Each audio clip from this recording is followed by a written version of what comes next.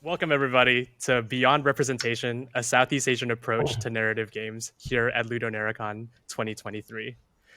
We're joined by the developers behind some amazing Southeast Asian games, including A Space for the Unbound, Kabaret, What Comes After, and Afterlove EP.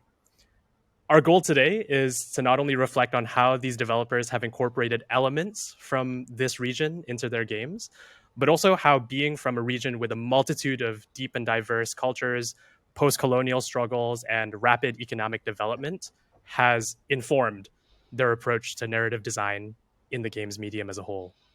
My name is RF Johan. I use he, him pronouns. I'm a content creator from Malaysia that has spent the past 3 years covering the Southeast Asian games ecosystem. And I run a mission-driven stream on Twitch where we showcase Southeast Asian games with the goal of shining a spotlight on the amazing games and the amazing talents in the region. And speaking of some amazing talents, panelists, but most importantly, friends, could you please introduce yourselves, your role at the studios you're a part of, and some of the games that you've worked on? Maybe we can start with Dimas. Hello everyone, I'm Dimas Novan, use he, him as pronouns. I've worked as illustrator and senior artist. I worked on Space For The Unbound as game director and as art director. My past work, mostly I work for Mochikan Studios and worked for their games, of course. I worked as as artist in When Bass Was Around and then Divination. And yeah, that's all from me. Hi everyone, my name is Sakina Latif. I'm the co-founder of Persona Theory Games. We're an indie game studio based in Kuala Lumpur, Malaysia. We have a focus of telling Southeast Asian stories through games, but we also do films and documentaries on the side. Our second studio game called Kabaret was just released on Steam, Epic, and Xbox. And we've also, our first game is called Fireside Midnight. And personally, I've also worked on a few films with my studio, two of which are you can see them online. One of it has to do with Kuda Kepang, called Alam Tak Nyata, and our second film was called Angin Keturunan, which focused on telling the stories of the Mak Yong community here in Malaysia. And finally, Sasha. Okay, hello everyone. My name is Galuh Elsa. My pen name is Asa Ariana. My pronouns are she and they. I'm a lead narrative designer at Pixelnesia, where we are currently developing Afterlove EP. I'm also a narrative designer at Toge Productions, where I help write Space for the Unbound together with Mojiken.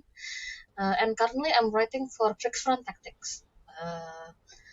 Additionally, I'm also the founder of GalL Interactive Narrative Studio, where we help other studios doing their narrative work for their game. And currently, I'm writing for Net vs. Giant, The Broken Excalibur. It's almost like, what aren't you writing for, Sasha? I'm really excited for this panel, but without further ado, let's kind of just jump right into it. Each one of you has made games that are either set in Southeast Asia or feature heavy cultural elements in this region, right? So whether it be the music, I'm thinking of some of your games right now, the use of language, whether it be local language or slang or whatever have you, but also visual references. Why is it important for you that you include elements of Southeast Asia in the games that you make? Does anybody want to tackle this one first? Maybe I'll go first. Yeah, I think personally for me, I think it's because time is changed and everything is like going to fade away, something like that. I think like before, I don't know. I'm sorry. Before, like I forgot about everything else, like about time and place I growing up, and before it gone disappear or something like that.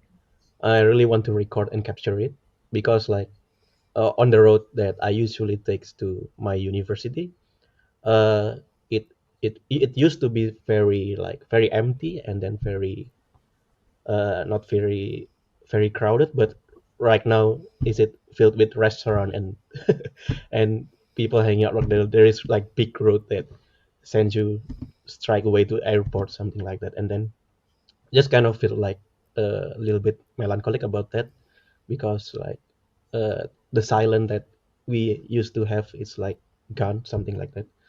And then it's also my long life dream to draw and tell stories that involves around the time and place I grew up, because like when I was young, watching the animes on reading manga and then seeing movies and then watching cartoons, that I realized that all of that presented in that media uh, is also inspired by real life, and then I really want to do the same thing because I learned about their culture from those kind of media. So it will be really interesting for me to like presenting what I've been going through, or I mean the place and time with I've been lived with, like for almost of my life to the outside world. And then yeah, it is like what my lifetime mission, I guess.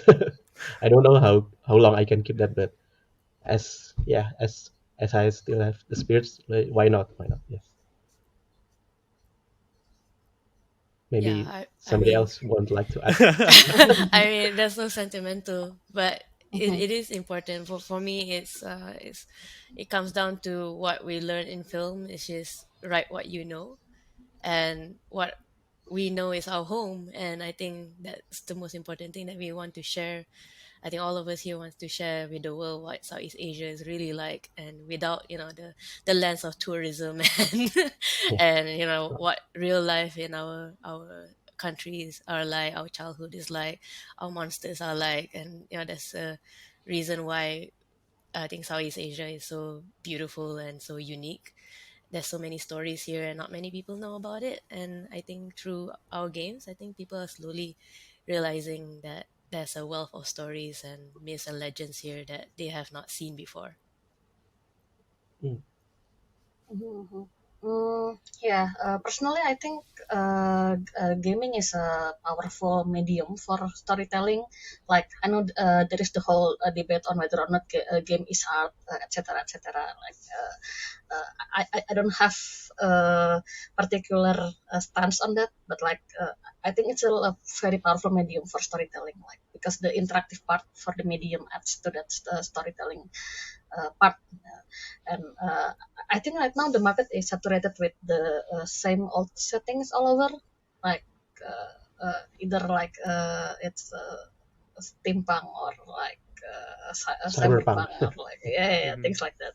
And it needs new innovation, like new settings, new culture, new worldview for the players to immerse themselves into. And like Sakina said, write what you know. I came from Southeast Asia, so I know how to write that setting well. And there's also the obvious mission of making a representation. And personally, I think it's much simpler than political stance actually. Like Southeast Asians have long consumed stories with settings that are foreign to us.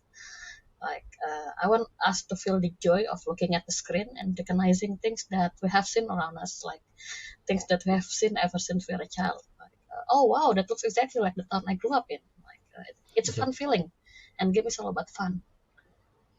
Yeah, yeah, I will definitely echo that because I know when playing A Space for the Unbound, for example, there was moments literally that is captured on a VOD somewhere on the internet where I was like, that's exactly what like a house used to look like, like I remember houses looking like. So I think you all have definitely contributed to that.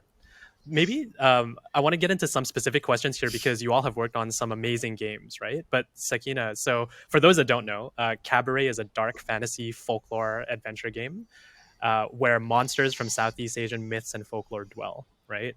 The monsters in and the folklore in Cabaret is so fascinating to me because they're very, very, very specific to Southeast Asia. I remember, conversations with Pontiana, Naga, Nabao, Tikbalang. Like, I don't know how many of those that are watching LudoNarraCon right now even, understood the words that I said there. But I bet like a couple of people in Southeast Asia are like, oh yeah, right. Sakina, when it comes to designing narrative, when building this game, how did you and your team approach the idea that this could be the first time some players from outside the region would be exposed to these myths and these monsters that we know so well over here in the region? I think whenever we pitch the idea to people outside of Southeast Asia. So far, the like how we even got to where we are today is because people told us that they've never heard of anything like what is in Cabaret. Even though for the rest of us, it's such a common thing to hear what is a Pontianak, what is a Tikbalang. But to them, it's like they've never heard of any of this. Maybe they have heard a bit of like Garuda and what's a Naga, but it's also very surface level. And then when they saw the art that we did, the story that we want to make, they, the people who backed us up, immediately said that we love folklore, we love legends from Greek mythology, Egyptian gods, Roman history. So it's and Japanese culture. Japanese culture has so many yokais. So what is in Southeast Asia? I think that I one of the things that we really hope that we planted a seed of curiosity. I think from Cabaret, more game devs might want to make more monsters about Southeast Asia, and people outside of Southeast Asia might be more curious about what are the monsters in our backyard.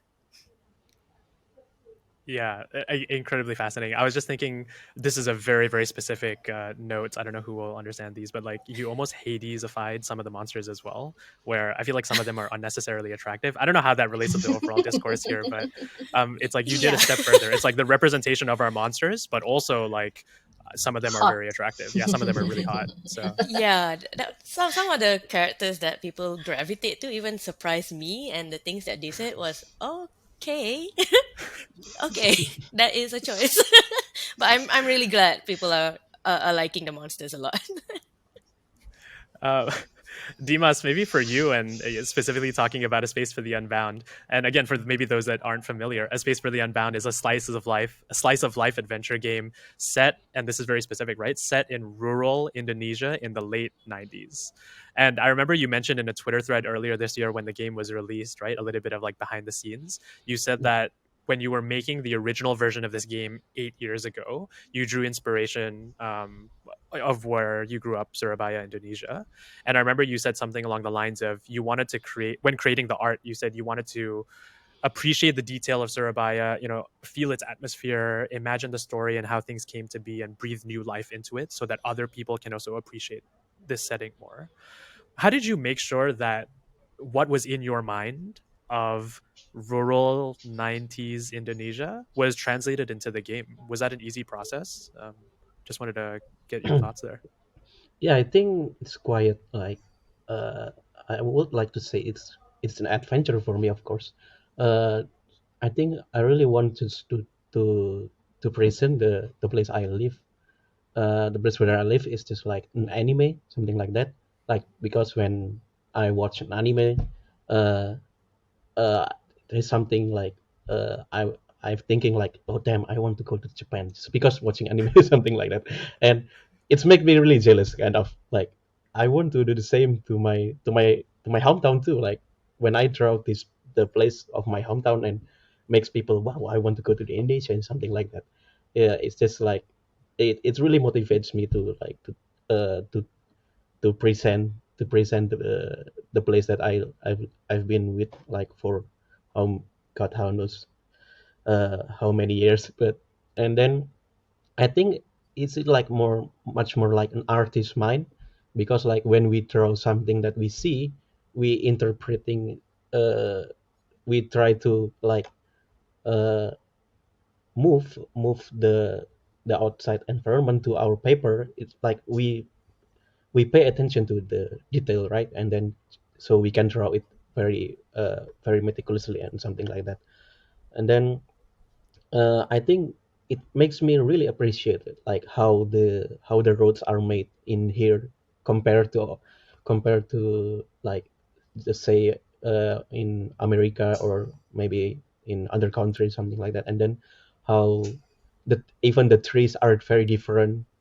uh, Southeast Asian trees. When I like few days ago come to Japan just for transit, I saw the trees, and then oh man, the trees are very different than what we have in Southeast Asia. Even the trees are very different. And then like yeah, I just but because I draw so many things, about Southeast Asian, it makes me feel really appreciate how its detail and its vegetation and its culture and stuff. And I think as long as it's drawn correctly and drawn beautifully, people are will always on board with it, no matter like no matter how it looks or no matter how it comes from, even it's from the corner of the world that they don't know. As long as we as an artist or storyteller really want to involve ourselves to highlight its beauties, I think people will somehow find a connection with it. Like we've got some receptions from players in Japan that uh, the red the red roof tiles at Asian home is feels very nostalgic to them. I don't know about that. They can feel nostalgic just watching red roofs. I don't know about that, but yeah, it has been very.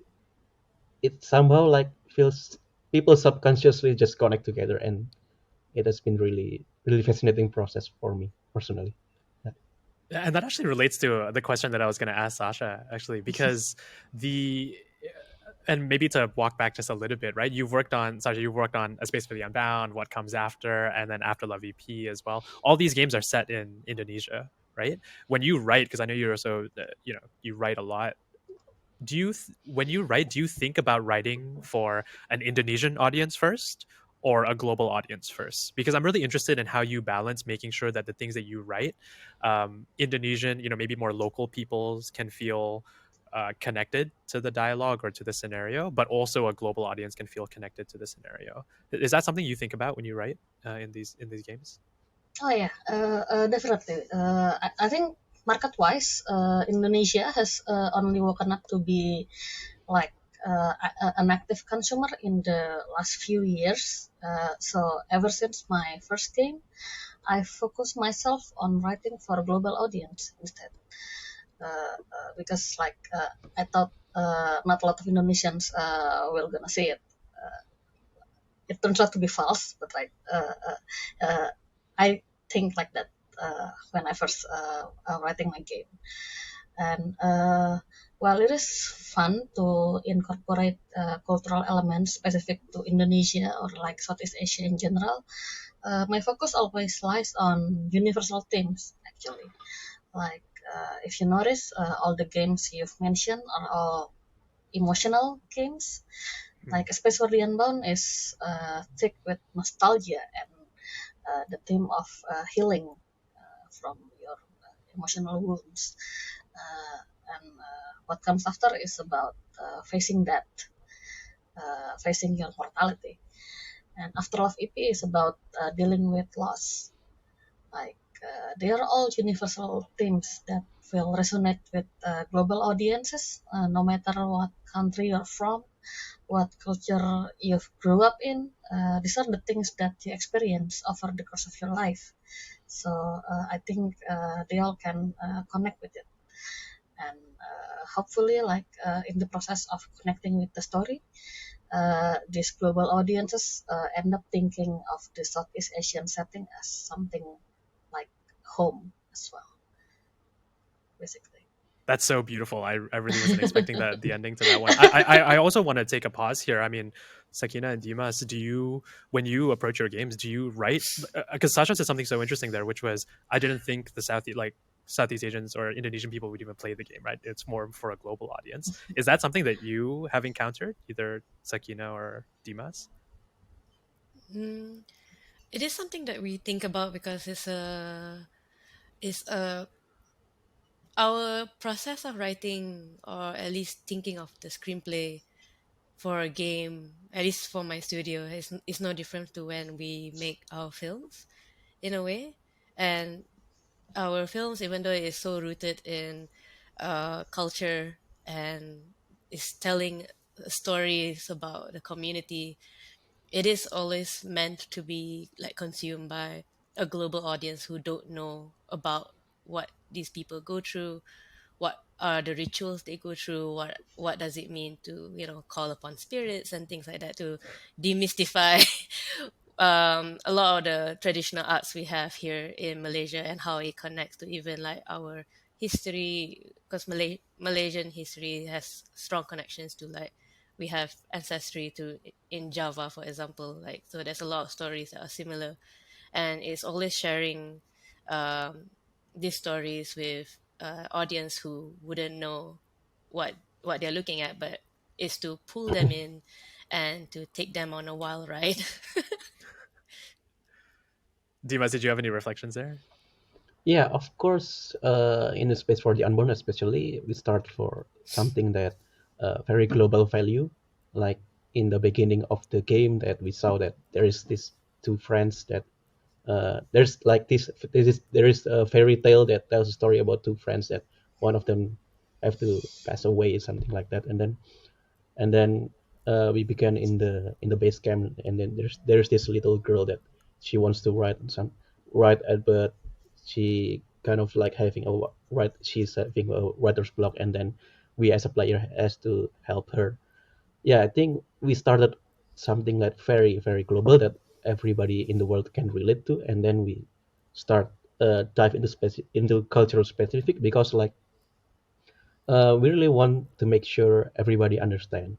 It is our goals first. That's why the fairy tales in the Space for the Unbound is not rooted from any kind of Indonesian culture, but it got some its own inspirations and stuff.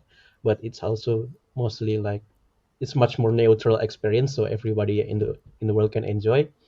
And yeah, so because like if we want to introduce ourselves, like we are from Southeast Asia, I think we gotta make a much more smoother approaches so people on board on what we really are in the end. But yeah, I think like uh, create a global first impression is what we really try to aim for.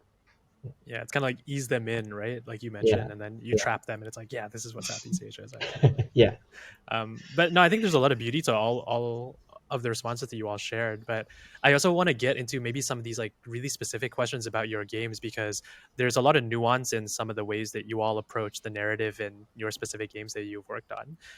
Dimas, you brought up anime, and I know on a couple interviews that you've shared before, there's been a lot of inspiration from manga and anime and Japanese culture in Space for the Unbound.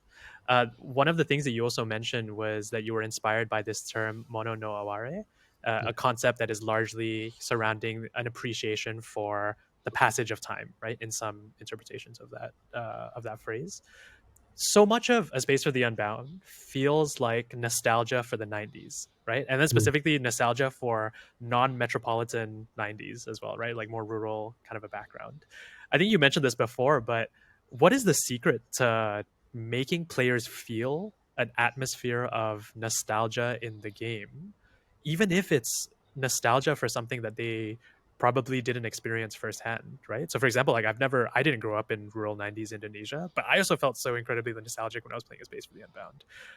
How did you approach that, or how did you almost accomplish that with your game?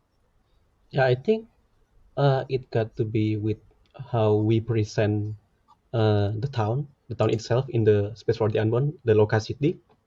Like we started in a very remote places in the riverside, and then we slowly gone into uh, the town, entering that, and then if you see in the Space for the Unbound, the town where main characters live, Atma lives, it's very like it's very welcoming. Like in the first chapter, everybody knows Atma, something like that, and then the more chapters growing, like his connection with the townspeople getting changed, and it comes into dynamic, and then it impacts Atma itself, how he sees the town and what the town is there any secrets that the town is hiding, something like that. And then yeah, over time in each chapter we see the town uh, changing, slowly changing, and sometimes it just feels very we feels very alienated, and then in the end chapter when everything comes to pieces, like we revisit the town, and then we we saw town in very different, like after we experience everybody's life in the town. It is something that we really want to build in the game. Like we want to make a very believable town that main character could connect, and then we try to challenge their connections with the town, and then when the game ends, uh, the connection between the main character with the towns will make sense, something like that. And then maybe that's why some people feels very nostalgic and then feels very like, I don't know, feel very emotionally full when the chapter ends, judging by the streamer's reaction that I saw, because they have this connection with everybody and with the place, even like with the smallest thing in the town. And then when they have chance to revisit some of its town's part and then given into some kind of different context, they feel very connected and nostalgic. That's how we do. We really want to make towns that is gradually changing and then make it much more contextualized to players, something like that. Yeah. It never occurred to me. I think you almost blew my mind. I think halfway through what you were sharing there, where you're totally right. You see the town in so many different lights and throughout the Yeah. game that I guess you're right. There's almost a nostalgia for the first version of the town that you see as well, right? Yeah. I just think that's incredibly profound and very fascinating. Sasha Sagina, I also just want to leave space. Is there anything that resonated with you there, or anything at all? I saw a bit of nodding, or I saw a bit of interest. Like, also feel Yeah. free to dive deeper if you wanna ask each other questions too, right? Like, this is an ever evolving conversation. Yeah, basically, when I was writing Space for the Unbound, I completely trust the nostalgia effect from triggered from the art direction and the music. So, like, uh, actually, for my part, trying to trigger nostalgia with my own writing, I just uh, trust the process basically. So I read the manuscript completely, trusting that the players will get nostalgia just from the art. So that's what it is, yeah, basically. Wow. The collaboration, like you said, the trust between what the artist would provide there is just it's a beautiful reminder, right? That games are so eclectic in so many different ways, whether it be the music Yeah. pulling you one direction, the art, the dialogue, or even just the way that it feels. I just think it's incredible. I think another aspect that I wanted to explore, right, because we're touching a little bit about nostalgia and maybe a little bit of history about Southeast Asia or just in general. Sakina, I want to go deeper into this because I know there's a little bit of a deeper history that you explore with Kabaret, right? Um, I think it should be said that in my experience, Persona Theory games has never been afraid of confronting very challenging topics from the region in your games. I think it's like if that's correct to say. Um, there's a particular moment though in Cabaret where you articulate two perspectives on the Japanese occupation of Malaya. During the 1940s, right? And you have dialogue between, some of the ghosts who died at the behest of Japanese soldiers during that time, as well as perspectives from the Japanese soldiers themselves. Could you share with us why you decided to reflect on such dark, violent, and largely taboo historical events in your game? I think we're going a bit dark, I guess. Now Yeah, we yeah, went yeah. from light and Turn off the lights, easy, everybody. We're nostalgia. get close. Yeah. Yeah.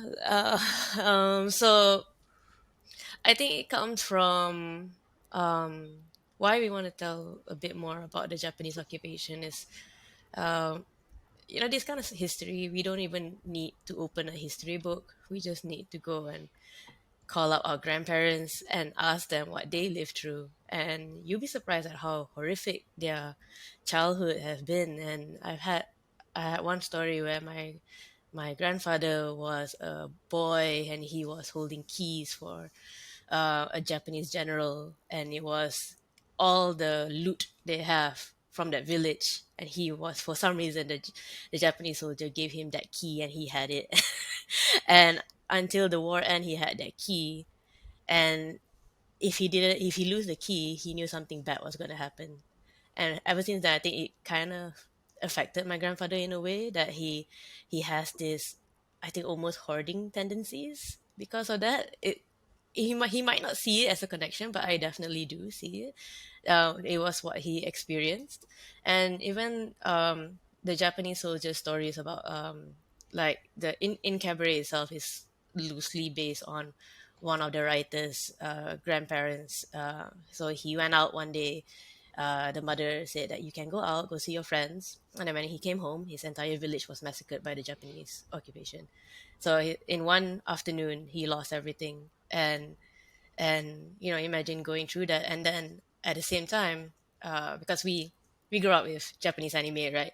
And we go to like TGS or any other game shows, and we collaborate a lot with Japanese artists, and you'd be surprised that like 80% of them probably do not know what their ancestors have done. And it's it's something that we were going back and forth with, and this was something we even had a conversation with people at Wings Interactive, like what do they think about it? Because once we start talking about the Japanese occupation of Malaya, we won't be able to stop. It's a snowball reaction, right? And we are so passionate about telling these difficult stories because we feel like no one is talking about them, and our history is getting erased by the Japanese. So we knew that it was going to be difficult. And, what if we get backlash? And Wings Interactive actually said that. So somebody from the panel actually said that I think it is important for us to speak our truth because this is our truth. It's not like we made it up.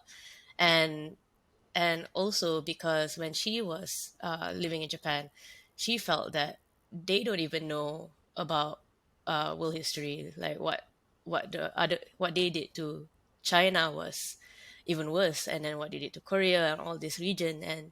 And I think that we as Southeast Asians, I think we get left behind and forgotten the most. And I think just from hearing what my grandparents went through, I feel the need to talk about it more. Like I love anime. I love Japan. I feel like I, but a part of me feel like I want to tell these stories, so that this new generation know what is our history. I think that's the only way that we can, treat each other as humans, not just like caricature of like anime or caricature of like Malaysia to truly Asia ads. So there's a lot of history and atrocities that have been occurring in Southeast Asia, and most of it has been forgotten. And we've been treated basically like a sweatshop for the art sometimes, and we've been treated like we're too exotic. We're being treated like we are like pieces in a museum, which I feel like, this isn't how we're supposed to be treated. We're humans. And at the same time, why we did this conversation between the villagers and the Japanese soldiers, I think, is to humanize both sides. Because at the end of the day, I think we as humans, we've it's impossible for us all to be purely good, and there will be times where I think you will be faced with doing something so evil, but does that actually make you an evil person? So that's the kind of conversations that we're having Cabaret. Like, it's not like one of the soldiers had a choice.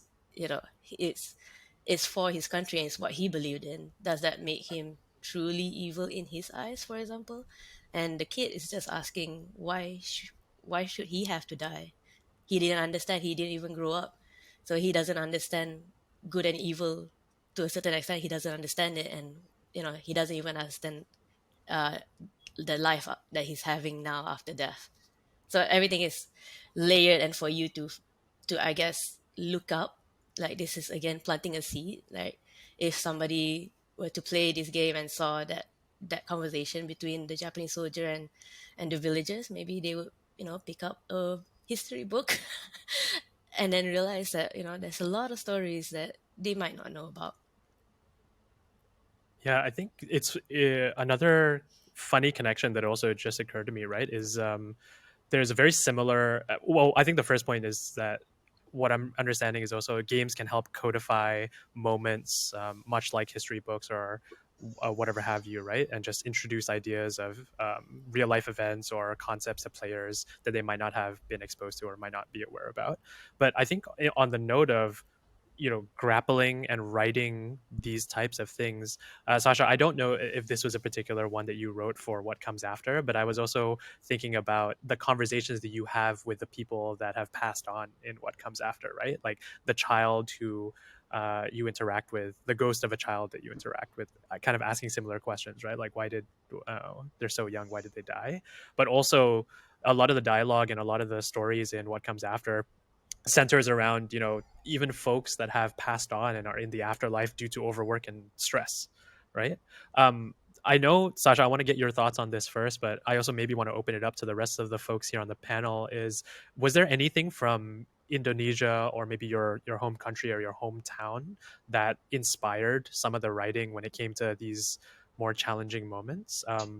Current events, movies, TV, personal experiences? Or is the answer no, there's not enough media out there to inspire our work of what we're writing?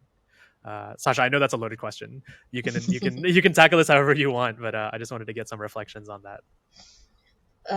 Yeah, okay.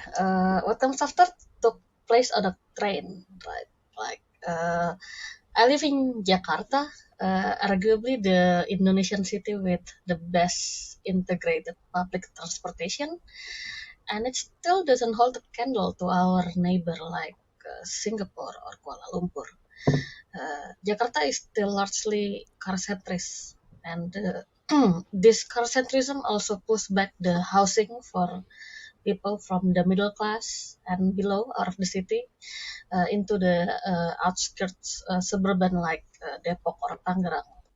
So this makes the train an integral part of working life for the most struggling classes. My workplaces right now employ a work from home policy, so I actually haven't been commuting to work by train in a few years, but I largely commute by train when I was still going to the office.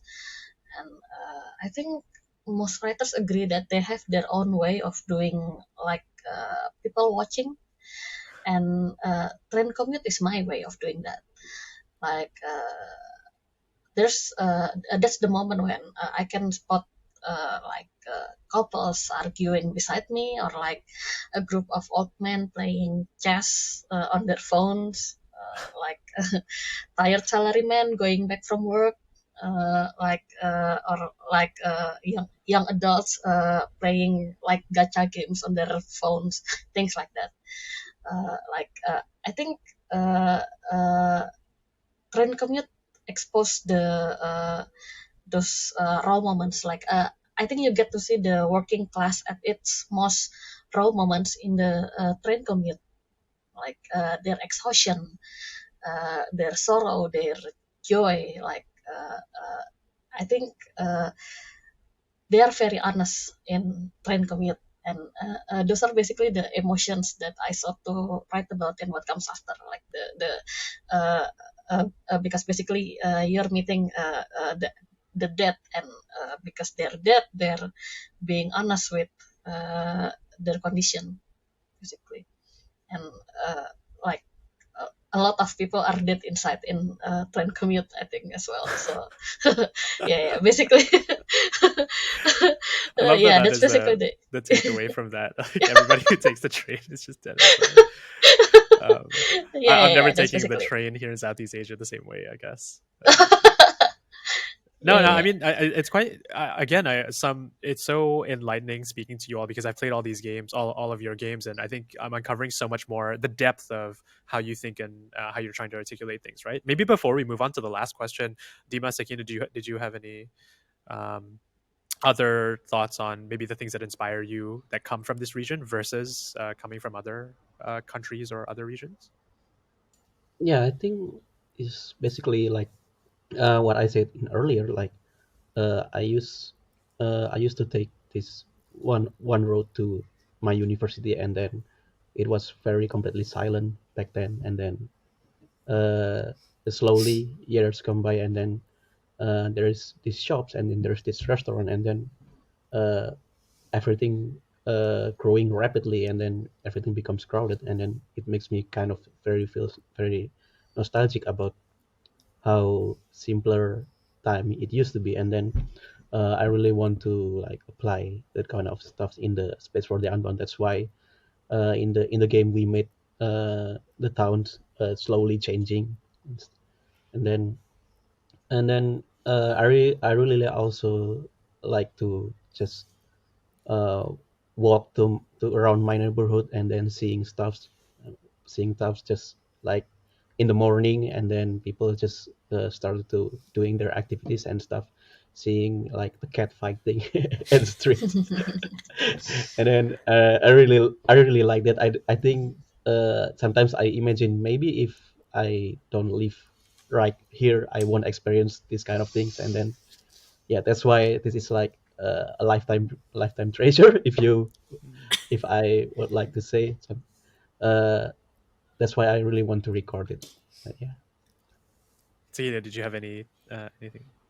Yeah. Well, I grew up mostly in cities like Kuala Lumpur, London, Singapore, Hong Kong, and I think like when you grow up in all these metropolitan cities where there is little to no culture in some of them, uh, you start to wonder, like especially when I was still away from Malaysia, like what does it really mean to be Malaysian? What does it mean to be Southeast Asian? I've always felt a disconnect. Even I think I spoke really bad Malay for most of my childhood. I think only now actually quite I'm actually quite proud that I'm actually quite I can converse in Malay, and I can write to a certain extent quite well as well.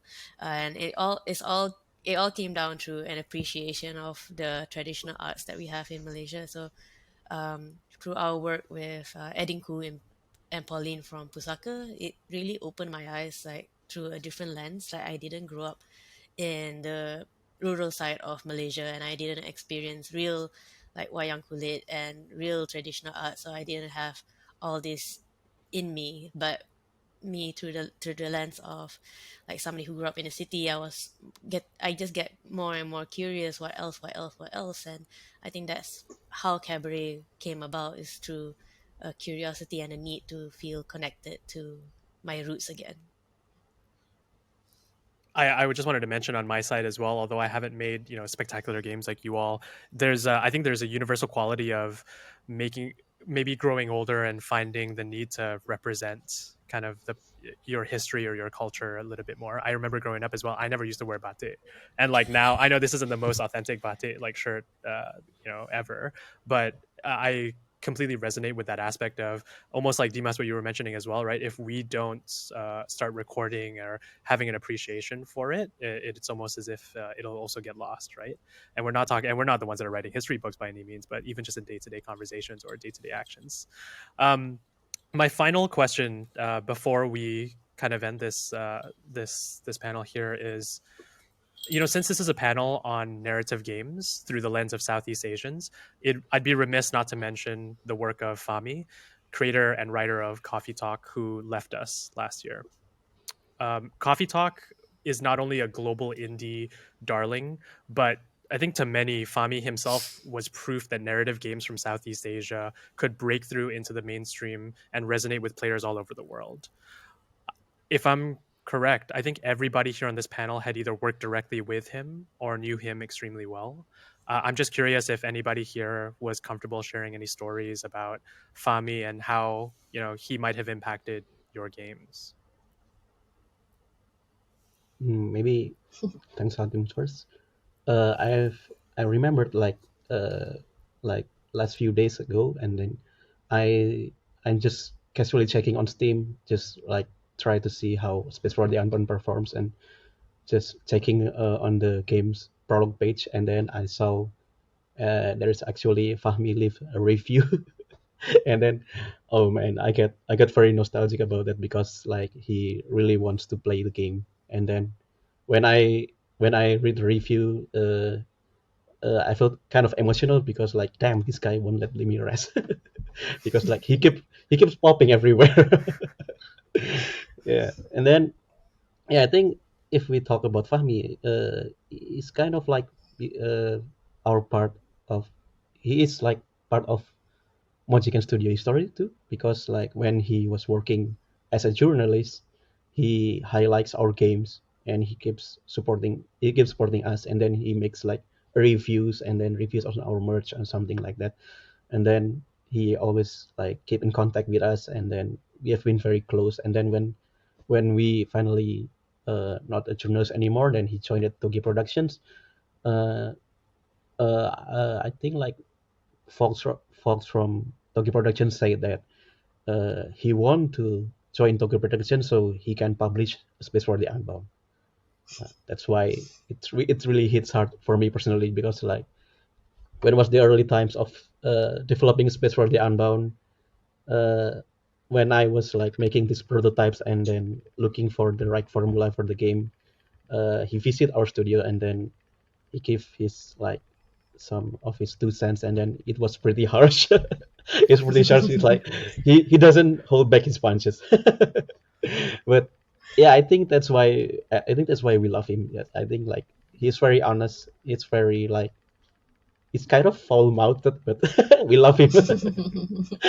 He's very brutally honest, and then he's very fun guy to be with. And then I think uh, I share some of my favorite mangas to him, and then I think like we have this kind of common ground, because like I see this Fami is very melancholic person, and then I get some insights from him how to write a melancholic stories and something like that. And then yeah, every time like I have something new works, he keeps supporting. And then yeah, he's been very tremendous support, especially to me and to our studio too. And then I'm sorry, it's kind of a little bit history, but I'm really proud that he used the logo that I made for Pixelnesia. When I was when I heard that he's leaving Tokyo Productions just to like pursue his career as a game developers, he started this. He want to start become a small media, I guess, but turns out it is a game a game dev company. And then really proud of him to start doing that. And then yeah, and then we have finally have a chance to like to remember him through by making a commemoration for him in Space for the Unbound. By yeah, I think he has very big big impact on us. Yeah. I know, Sasha, you also work very closely with him as well. Yeah, I love talking about Fahmi. Even though even if everyone mentioned Fahmi, it still stings. But like I love talking about him. I actually met Fahmi in a dating app. And yeah, that's true. I actually met Fahmi in a dating app, and we actually had a few dates going really well. Like it probably could be something more, but we actually love our job more. You see, with knowing that we're both writers, I think in the first date, we talk about the games that we wrote. He talks about a coffee talk, and I talk about the time Force of Blood. And knowing that we are both writers, Fahmi once gave me his work to review, his short stories, and I was unemployed at that time, so I don't have better things to do. So I spent the whole night working on it, and then I gave it to him in the morning, and then at that morning came, and then he said to me, "Yeah, you really need to work with me. We can actually make great things together." But that means we can no longer see each other that way anymore. So yeah, basically I got turned down that night. uh, Basically, but that was the start of what eventually became what comes after and Afterlove EP. So uh, uh, there is a good fruit on top of that, basically. And after that, I used to think my whole career would be with him. We were going to do a panel like this last year.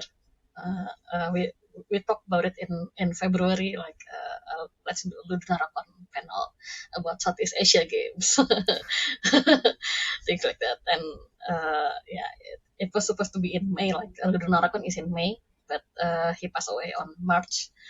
Uh, like uh, and I know I can ask gossip about the gaming industry with him, like what's up with this guy, like what's up with this studio. I can always ask him about things like that because I'm kind of a newcomer in the game dev industry, and he's been in this for like a very long time. So I can ask, and I will have like insider knowledge about what happens in the gaming industry. Like I can ask advice about anything about life, about writing. And now that he left, honestly, for some reason, like for once, I no longer have that person to go to. Like I think if I lost someone like Fahmi, someone that close to me like Fahmi, I would go to Fahmi to cry about it. But like it's Fahmi who I lost. So I don't have someone like that anymore. And like now that I'm doing like a lot of this work myself, honestly, I found myself doing my day-to-day game dev life, like asking about myself, what would Fahmi do, basically. Yeah, and thank you for sharing that, Sarah. I also know, Sakina, if I don't know if you had any other further reflections here on him as well. Yeah, I know the panel that Sasha was talking about because it was supposed to be us as well, and when that happened, oh, yeah, and then I think I tweet about this a lot, and I feel like my biggest regret is never playing Afterlove because it's still on my desktop. It's in that zip file, and I know when I tweeted about it, somebody on the team asked like, "Can you play the game?" So we had feedback, and I'm like, "Oh, it's gonna be so painful," and I feel like I feel like I need somebody to hold my hand to go through that. And like Sasha said, he was somebody I met early on, and when I first started Persona, not many people wanted to be associated with me for some reason. And yeah, he was a good friend, and he helped out a lot. Yeah, and I just thinking back on whenever he sent me a bill of like what was it? Well, what comes after? So he sent me a few builds, and I almost never thought about the way he write the writing and all. Even though he asked like, "What do you think of it?" I feel like I don't think it's important. I feel like whatever emotion that you wanted to achieve for me is you just released it, And then with when he sent me After Love, I feel like I took the time for granted. Like I kept pushing, like, okay, since it's not this, you don't have a deadline. I'm a bit busy right now because I'm juggling like a documentary and cabaret at the same time. So I kept pushing off, and I did. And then he mentioned that he wants to do the panel. Then I'm like, okay, yeah, you just let me know what you need. I'll help out. And then the news came, and I'm like, oh shit. And then I think after that, I was like, it sucks to feel like losing someone was the one that taught me to not take my friends for granted in a way. So yeah, Yeah. we miss you, Fami. Yeah, I know the three of you have much more intimate experiences with him. I think my interactions with him were quite minimal, although I did appreciate them. But I think for us here in Southeast Asia, I really wanted to use this time on the panel to acknowledge his legacy, because I know so many games have been directly impacted by whether it be his thoughts, his comments, or his direct work. So I wanted to leave space on this panel, and to be completely honest with you, I had no idea the intention for him to do the panel on Southeast Asian games over Southeast Asian developers. So I also feel in a very odd spot, but I hope some parts of this conversation has done that justice. So with that, I think that comes to the end of the panel for us here. My last thing is, where can people find your work, everybody? And are there any upcoming projects that we can look forward to? Sakina, maybe we can start with you. Sure, you can follow us at Persona Theory My on Twitter and TikTok. And I'm Larksy at Twitter. We are working on our third game. We're not ready to release any news yet, but just follow us and you'll see it. And Sasha, what about you? Yeah, I'm easily reachable on Twitter at gal_. double underscore underscore underscore L, and and like all my games are on most gaming platforms. I think like my games with Southeast Asia settings are what comes after, and Space for the Unbound. You can find them on a lot of gaming platforms like Steam, and you can already wishlist Afterlove EP and Krigsfront Tactics on Steam. Like they are also a Southeast Asian team. And Dimas, finally. Yeah, you guys can even find us at Mojikan at Twitter, Instagram, and Facebook. And also, you can also follow Toge Productions as our publisher. They are going to release Coffee Talk 2 for just anyone if anyone interested. And then as for my personal account, you can follow me on Twitter, hal_sachi, where I mostly active at there. I'm just sharing some shit posts and stuff. yeah, but as future projects, we can reveal anything yet. But as for me personally, I think I'll just kind of taking a creative break for a while, and because Understandable. it has been very exhausting experience. But but we have some cool stuff in the development, but unfortunately we can't reveal anything yet. Just wait the official news. I'll wait longer for you to make me cry again, because I've cried at every single one of Mojikan's games. For those on my side, I'm at RF Johan, ARIEF JOHAN on Twitter for the most part. But if you're a Southeast Asian developer that wants to get their story out there, I want to do nothing but champion the amazing people in this ecosystem. And I want to thank everybody here for joining me for Beyond Representation, a Southeast Asian approach to narrative games. I also want to thank all the folks at Fellow Traveler, and all of those who are maybe not part of Fellow Traveler that may be involved in LudoNarraCon, whether it be this year or in years past. Thank you for providing us a platform for us to showcase the stories and the games from regions that are often neglected by mainstream games media. I personally look forward to experiencing more narrative games from you all here, but also more narrative games from Southeast Asia in general. But until then, have a great LudoNarraCon, everybody. Thanks for having us.